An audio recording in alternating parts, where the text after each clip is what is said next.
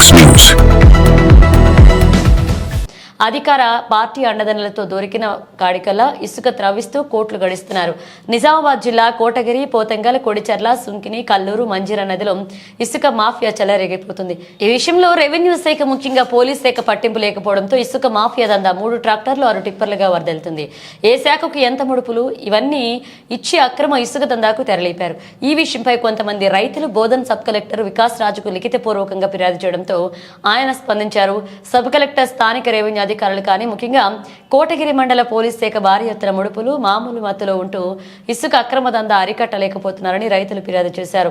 Sub collector Vikas Kotagiri, Pothangal మండలాల్లో ఎక్కడెక్కడ అక్రమ ఇసుక దందా జరుగుతుందో రైతులను అడిగి తెలుసుకున్నారు. అక్రమ ఇసుక దందాపై ఉక్కుపాదం వేయడానికి గురువారం రాత్రి నుంచి ప్రత్యేక బృందాలకు ఏర్పాటు చేయడం జరుగుతుందని రైతులకు సబ్ కలెక్టర్ హామీ ఇచ్చారు. ఎక్కడైనా ప్రభుత్వ అనుమతి లేకుండా అక్రమ ఇసుక దందా జరిగితే ఆ ప్రాంత సంబంధిత అధికారులకు పై చర్యలు తీసుకుంటామని సందర్భంగా సబ్ కలెక్టర్ హెచ్చరించారు.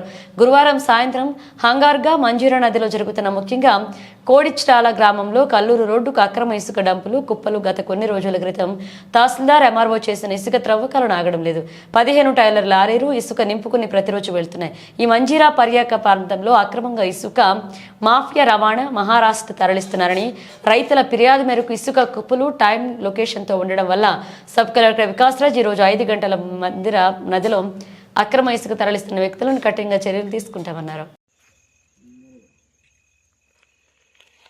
అక్కడ ఇది కొడిచెల్ల దగ్గర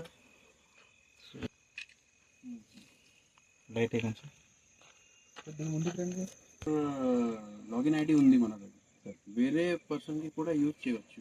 నేను ఎంపీడీఓ గారితో మాట్లాడుతున్నాను. ఎక్కడెక్కడ ఇది జల్లపల్లి అండ్ కారేగా సారీ 2 నిమిషాలు బయటకు వచ్చినాం కదా, గేట్ బయట 2 నిమిషాలు ఆగండి సార్. సహకరించకపోతే రైతుల్ని కనిపించండి మీరు కొంచెం జరగండి.